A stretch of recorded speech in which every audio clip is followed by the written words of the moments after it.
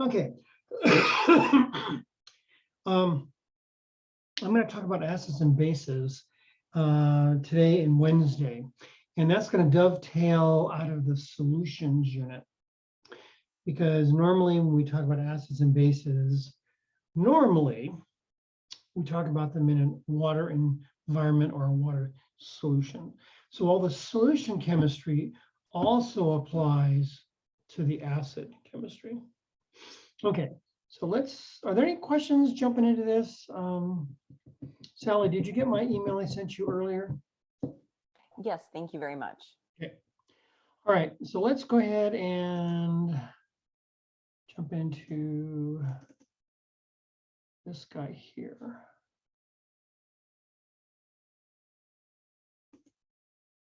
All right, so in your life, you've heard of acids. I don't know if you've heard of bases before, but most certainly you've heard of acids. You've probably heard the word alkaline. Alkaline and base is sort of synonymous. So alkaline environment is a basic environment, which is kind of the opposite of an acid. Okay, so what is an acid? Okay. The deal is, if it has an H in it, there's a possibility it can become, or it is, acts like an acid.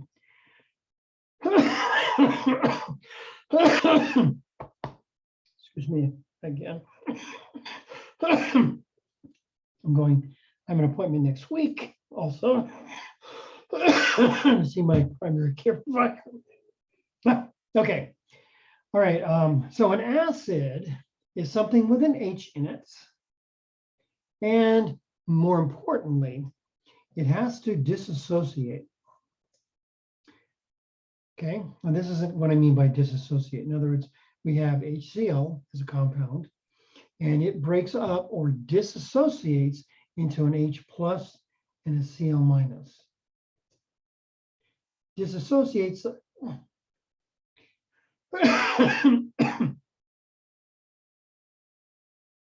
into H plus in it. Okay, notice that when the H comes off, it comes off as the cation. What's left over is the anion. What's left over is called the conjugate base. So you have an acid disassociating to H plus its conjugate base. A conjugate base means just what's ever left over.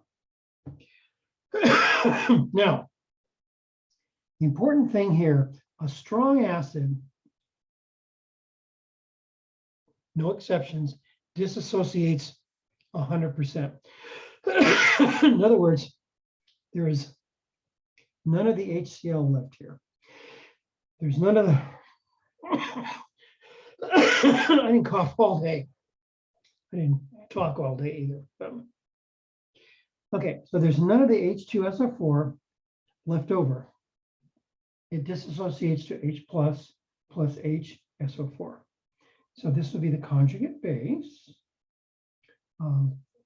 sulfuric acid. Nitric acid is HNO3. It disassociates to H plus NO3. So this would be the conjugate base again. Okay, now 100%. So strong acids disassociated 100%, no exceptions. And there are very few strong acids in nature. There are like 7 of them. These are the most common you'll see. If you take Chem 400, you'll learn 2 more. But these are the ones that by far, and again, are the most common ones. Hydrochloric acid is in your stomach. Sulfuric acid is in batteries. Nitric acid is in a variety of things. Okay, so If it doesn't dissociate 100%, then it's called a weak acid.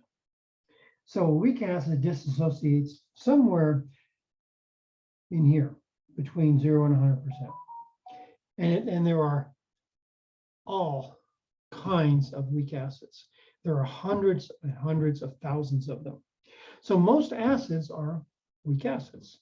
Few are strong acids. You know, we have acetic acid, we've got fatty acids,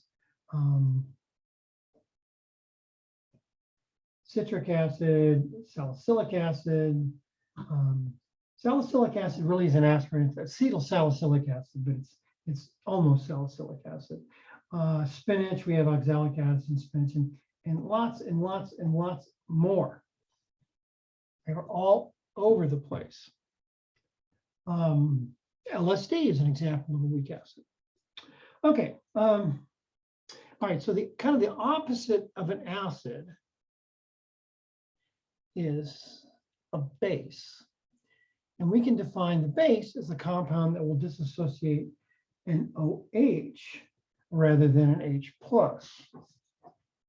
Strong bases like strong acids dissociate 100%. Most common strong base is Li, sodium hydroxide. It would dissociate to sodium and hydroxyl ion 100%. Potassium hydroxide, again, these are very closely related. A weak base would then dissociate less than 100%, and more than 0%. Common example would be ammonium hydroxide, which is basically your common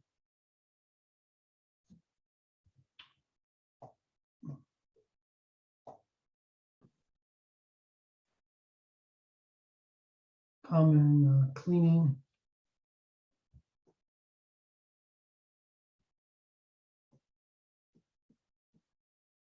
for greasy kitchen stuff.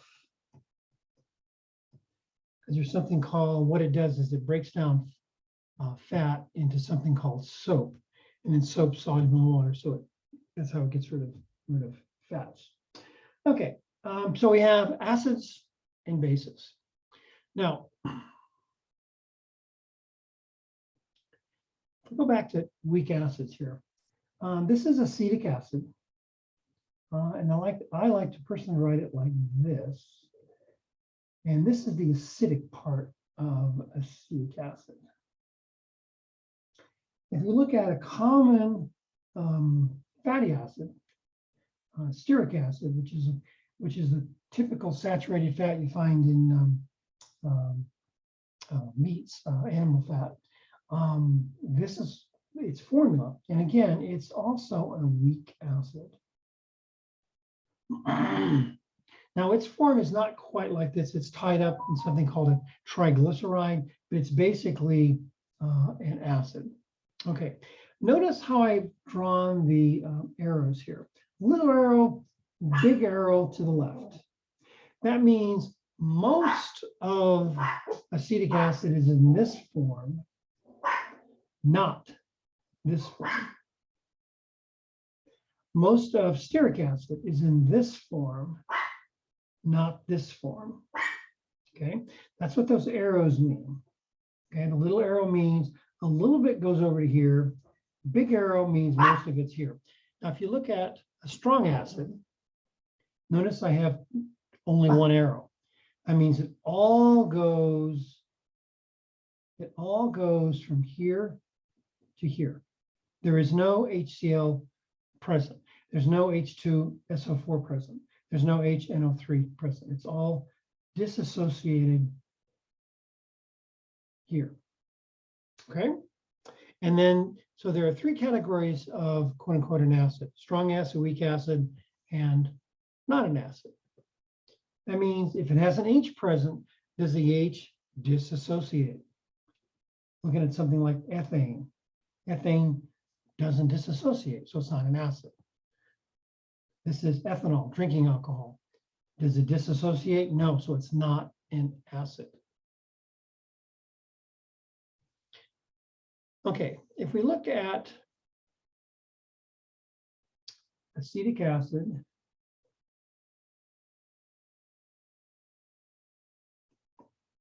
and ethanol, look at the structures here. Okay, this is what acetic acid looks like. And when it dissociates, it goes to the hydrogen ion plus this guy here. It's called acetate.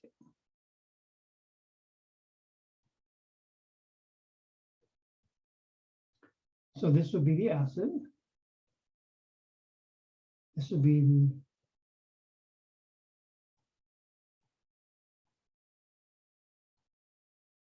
conjugate base of the acid.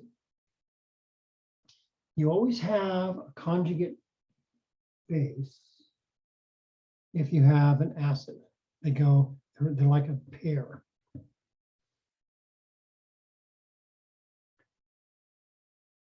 Now, one of the reasons why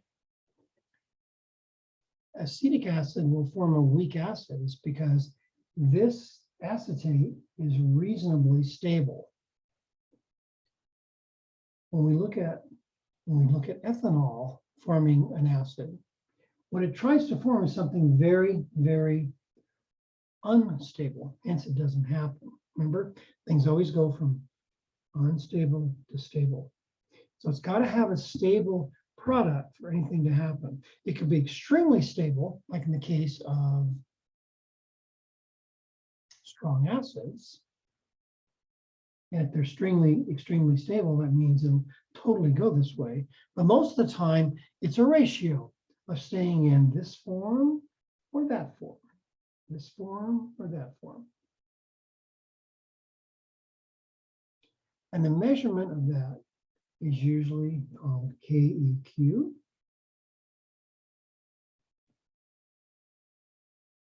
Ka for acids. And that's an equilibrium constant that says how much of this do you have versus that. So the more positive the Ka is, the more of this you have, or the stronger the weak acid. So Kas for non-acids are basically zero because nothing forms. The Kas for weak acids are usually a fairly small number. The Kas for strong acids are usually like 10, very large numbers compared to weak acids.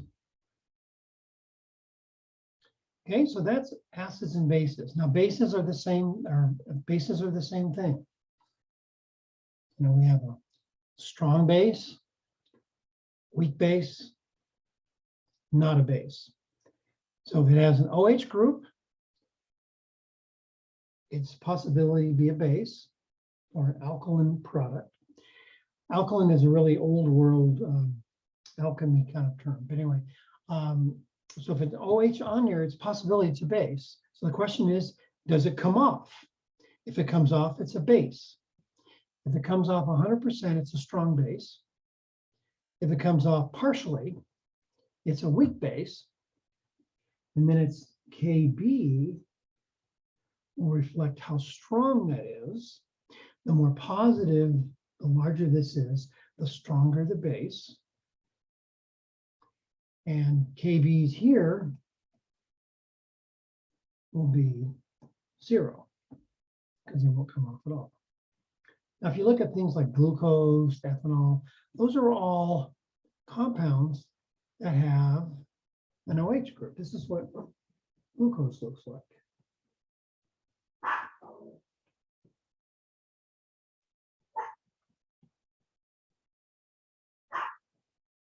Okay, so glucose has got a whole bunch of OH groups on it. But do they disassociate? No. So it's not a base. Got a bunch of H's on it too. They don't come off either, so it's not an acid also. So there's a lot of compounds in nature that have OHs on them. Biochemical molecules have OHs on them, and H's. And most of the time, they don't come off. So they're not acids or bases. Okay, so that's what an acid and a base is. Okay, so any questions so far? No, thank you. It's making sense, I think. Okay, cool. All right, now let's zoom over to. Now, when we talk about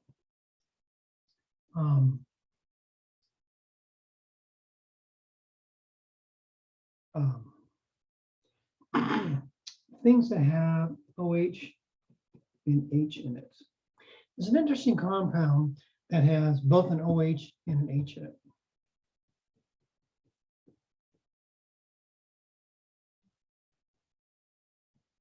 Water.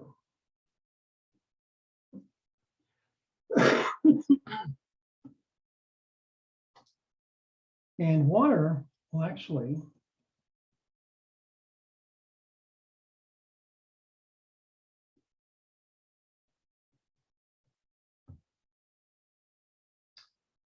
do that. So it's an acid.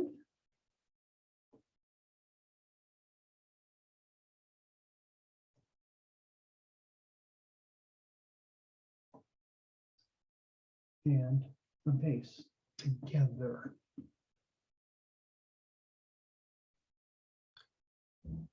When we look at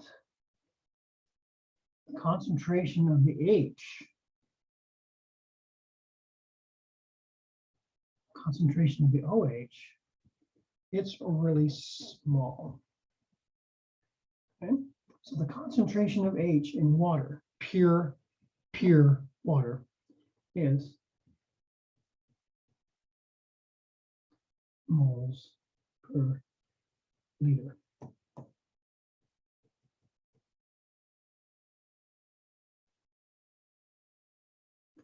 Concentration for hydroxyl ion, pure water, is 10⁻⁷ also. Now the problem with these numbers is they're really kind of awkward. So what scientists and mathematicians have done over the years is develop a system to handle very, very small numbers in a more less awkward form. And that's using the lowercase p notation. And all of you have heard of pH. Okay, so that's the definition of pH. It's the negative logarithm of the hydrogen ion concentration. So the little p is negative logarithm. And you're asking yourself, what in the heck is a logarithm? Okay. When you think about logarithm, I want you to think exponent. Okay. It's a fancy word for exponent. If we go back to here,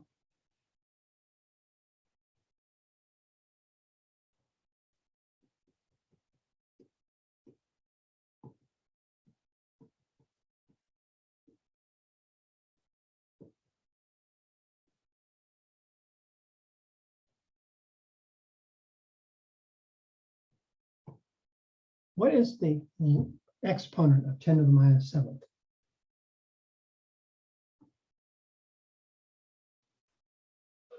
-7.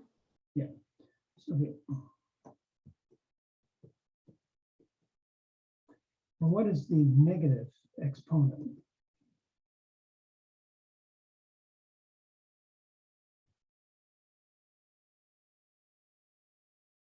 What's the negative of -7? The 1 times 10 to the -7, the 1? No, a negative times a negative is positive, so that's 7. Oh, got it. Thank you. We're multiplying now, okay? All right, so the negative logarithm of that is 7.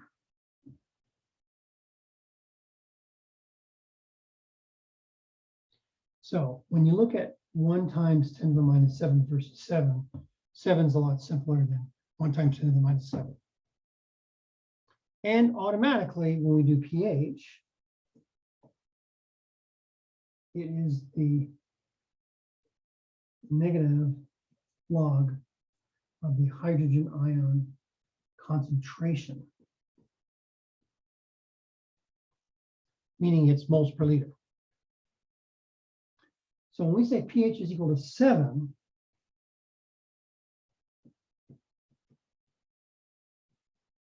that is the same as 10 to the minus 7 moles per liter and 1 times.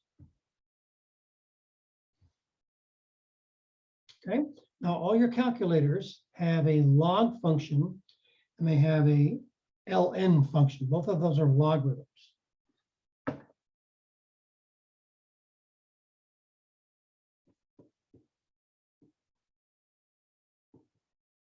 Logarithm means 10 to the whatever exponent. Natural log is e to the, and this number e is Euclid's number. It's a number that frequently appears in nature, just like pi frequently appears in nature. And so the natural log we're not going to be using in this class. We're going to be using the log, and that is a base 10 logarithm. It's called the common log. This is called the natural log, hence the n. But it's based on a number e, and that equals 3.35, something like that. Okay, so pH.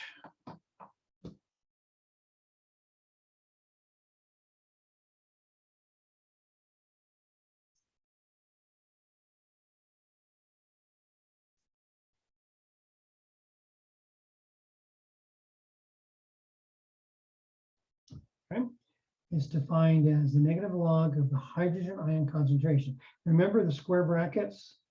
Shorthand way of writing moles per liter. So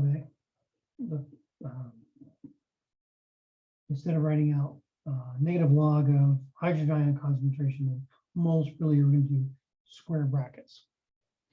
We can also do POH, would be the negative log of the hydroxyl ion moles per liter.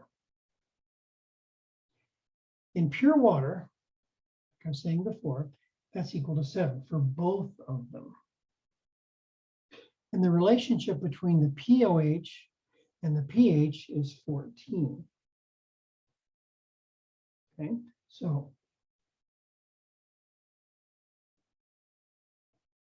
whenever we add up the pH and the POH of a given system, whether it's just plain water or stomach acid or whatever, those are going to total to 14. So if I give you the pH,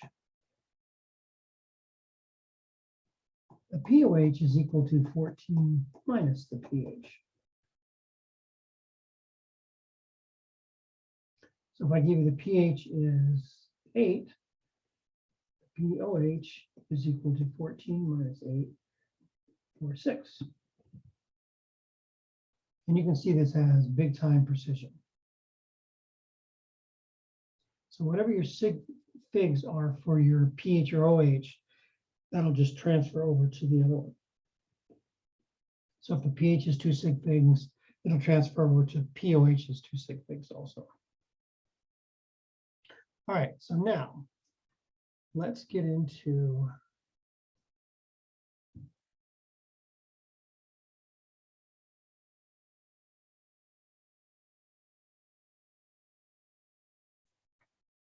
So regurgitating this again, pH is a method of working with very, very small concentrations of hydrogen ion concentrations. It's the negative exponent of the hydrogen ion concentration in moles per liter. Okay, that's a mouthful. I want you, when you see pH, I want you to think of negative exponent. Okay, logarithm in terms of the pH is going to be the negative exponent. So for example, that there is what is the logarithm of that and that. I'm going to add them together. Okay. The logarithm of 1 is 10 to the 0. Any number raised to the 0 power is 1. That's called the identity postulate in math. And then the negative exponent is going to be 6.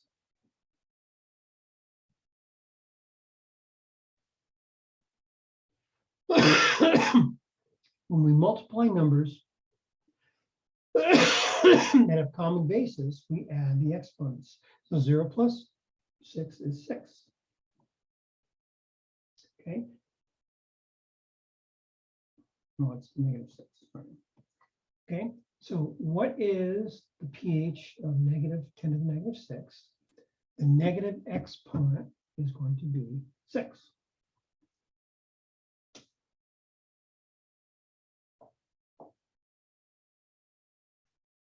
Okay.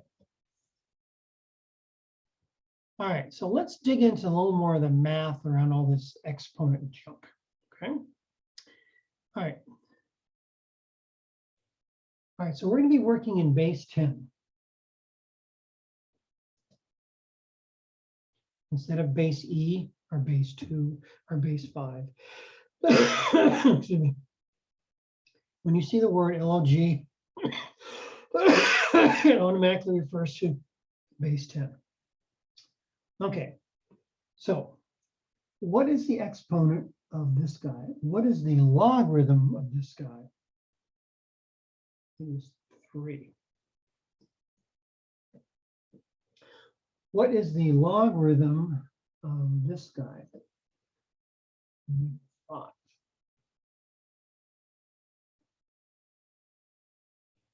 What is the logarithm of this number? It's 0. Anything raised to the 0 power is equal to 1. No exceptions. So 10 to the 0 is equal to 1. So when we look at this number here, 1 times 10 to the minus 3, what is the logarithm of both of those numbers?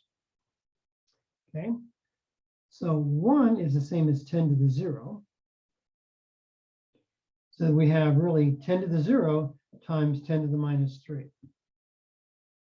So again, whenever we have numbers at the same base, we add the exponents. So 0 plus minus 3 is minus 3. So the logarithm of that number is minus 3. Now look at this number, look at that number. All we've done is we subbed in 10 to the minus 10 to the 0 power instead of 1. 0 plus minus 3 is minus 3.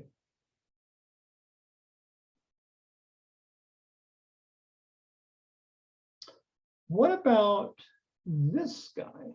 5 times 10 cubed. What is the logarithm of that?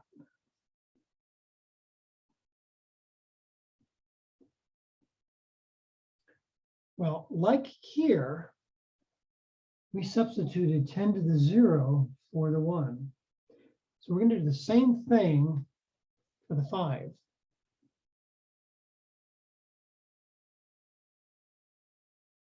Okay. Now your calculator will do a nice job for you. 10 to the what is equal to 5?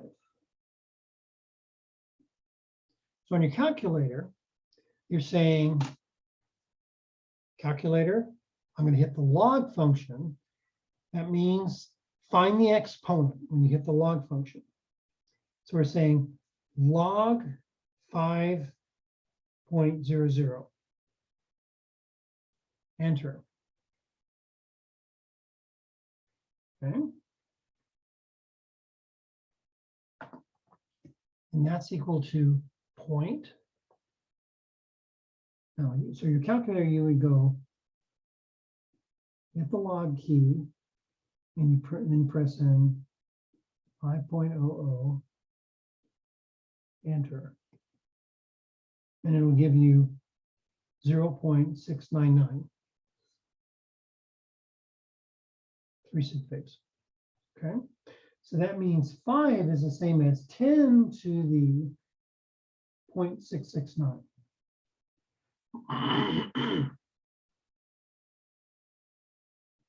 So now 5 is the same as this. So now we have 10 to the 0.669 times 10 cubed. Whenever we multiply, we add the exponents, assuming it's the same base. So 3 plus 0.669 is 3.669. And what is the log of 10 to the 3.669? So you're going to take your calculator now.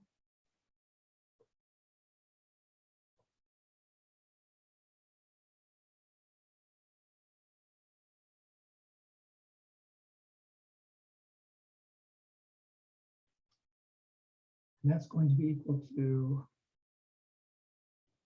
5.65,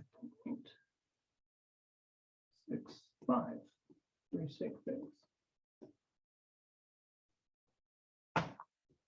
Okay.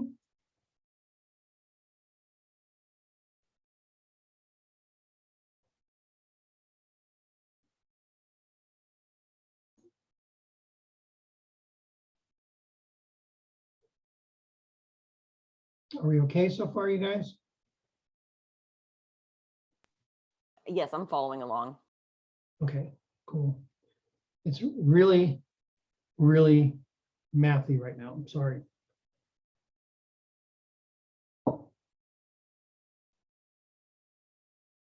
Okay, what about this? What is the log of this guy? Well, what we can do is your calculator now can do a shortcut of all this stuff up here. All we need to do is say, what is the log of 6.7 times 10 to the minus 7? So we're going to hit the log key, 6.7 EE minus 7. And that's going to be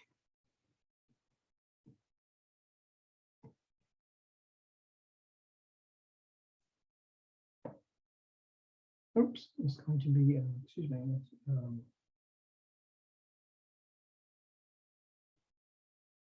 yeah.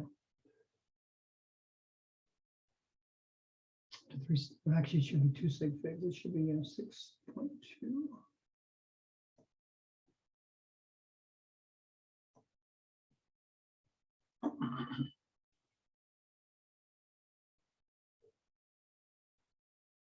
Okay.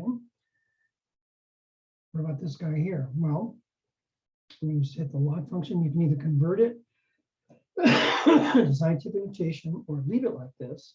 Your calculator will have no problems with either format. So let's do the first one. Hit the log key, 0.0063.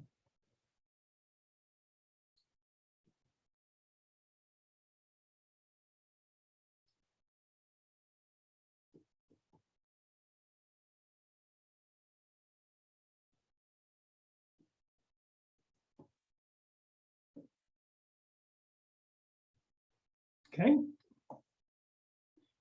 So I wanted to build up the math background for you. And basically, right now, all you need to do is use your calculator. Now, when I was in school, as a freshman taking chemistry 400, we didn't have calculators. We had slide rules. Slide rules would do this. And also, there's something called logarithmic tables, which was about there's about 300 pages of all these calculations done for you. And you had to look through all that. It was an incredible, incredible pain. Now, all this leads up to pH. So remember, the pH is defined as the negative logarithm of the hydrogen ion concentration. Okay, so this is going to be hydrogen ion concentration. What is that in pH? Okay, that means you're going to take the negative log of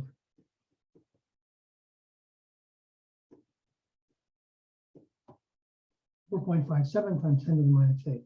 The negative of it, though. Okay, so we're going to go again, change sign, log 4.57 EE negative 8. So that's going to be 734. So to do that in calculator, you're gonna go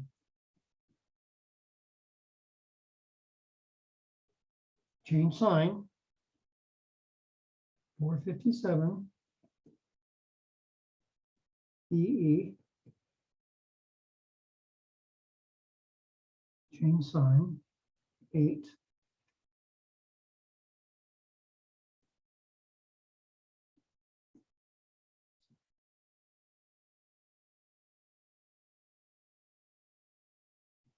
so that's change sign 4.57.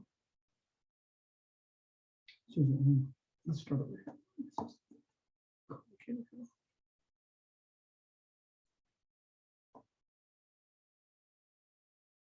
Change sign log 4.57.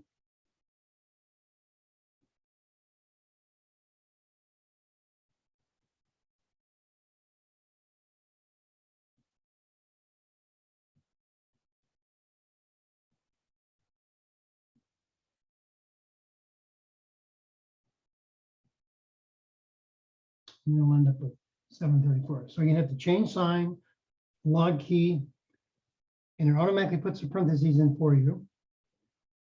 And you put in 4.57 EE, change sign, 8, close parentheses, and then equal. That'll give you 734.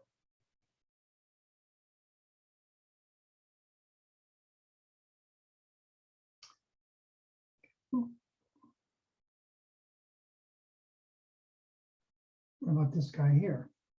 Well, this is kind of an awkward number. Now we can put, theoretically, we should be able to put this in our calculator. Let me see if we can put it in there. You know, negative log 0.246.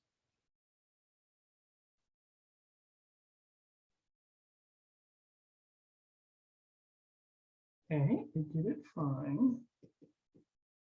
The other way to do it is to convert it to -2467 and put that in either way. I want you to notice something here.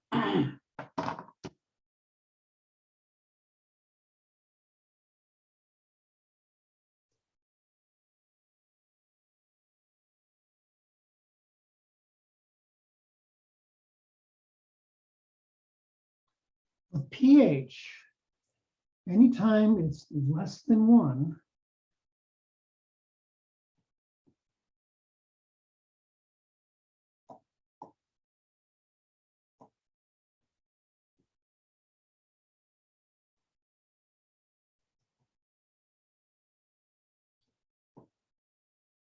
And whenever the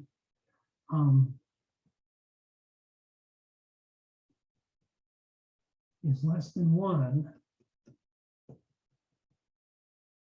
the pH is positive. Okay. So whenever the pH is less than 1, whenever the hydrogen ion concentration is less than 1, the pH is positive. So whenever the hydrogen ion concentration is less than 1, the pH is positive. So less than 1, pH positive. Less than 1, pH positive. Let's look at if the pH is not positive, what would it be? Okay, let's say 4.59 molar.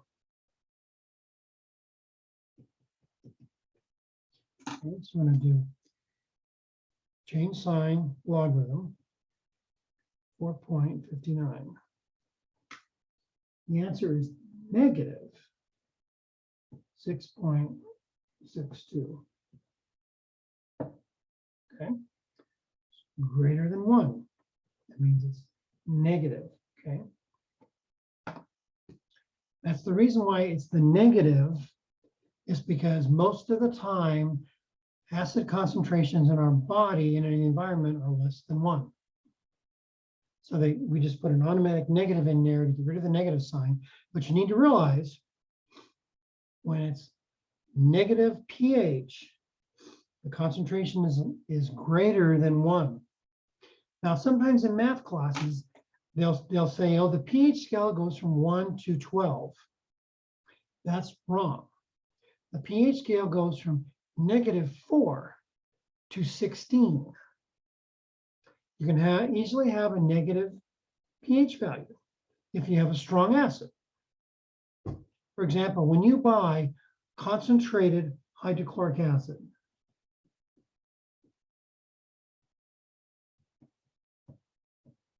concentration is 12 moles per liter. So if you were to measure the pH of that, it's going to be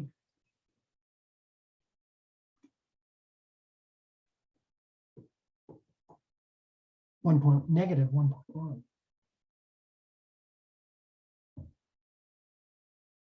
So pH values range from negative values to positive values.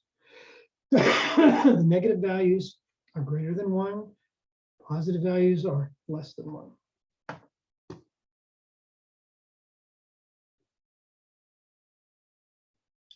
couple more examples. What if the molarity of a given strong acid is this?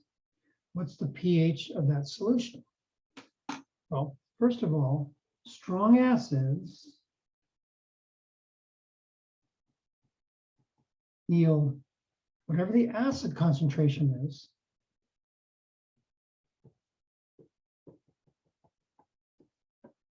whatever this concentration is, it's the same as that. Because this is 100%.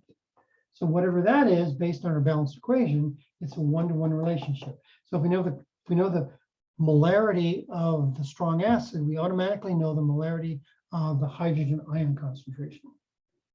So that means the concentration of HCl is equal to the concentration of H+. It's also equal to the concentration of chlorine atom, okay? But we're interested in this for pH. So if we know the hydrogen chloride concentration, we know automatically the concentration of H+. So in this case, the H+ is going to be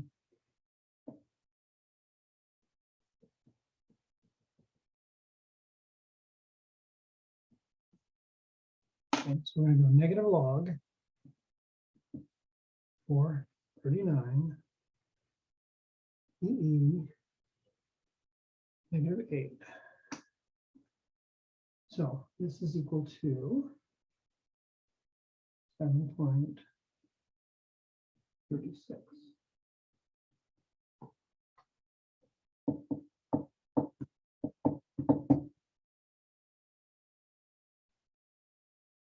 So I took the negative log, 4.39 EE, change sign 8, gives us this. And if you put in the negative to start with, it will automatically correct it for you. If you don't do that, then you have to take the negative of it. Okay, so I want to end here for today. I want you to do a whole bunch of practice problems between now and Wednesday. Get used to doing this conversions back and forth. I'm going to add some extra worksheets for more practice. Okay, so any questions about this? I know I'm sorry, it's really mathy, but it's the nature of the game. No questions so far for me, thank you. Good. And Sally, were you able to float okay? Yeah, I think so. I know you have to do it on your own is different, but you're able to follow me okay then, right?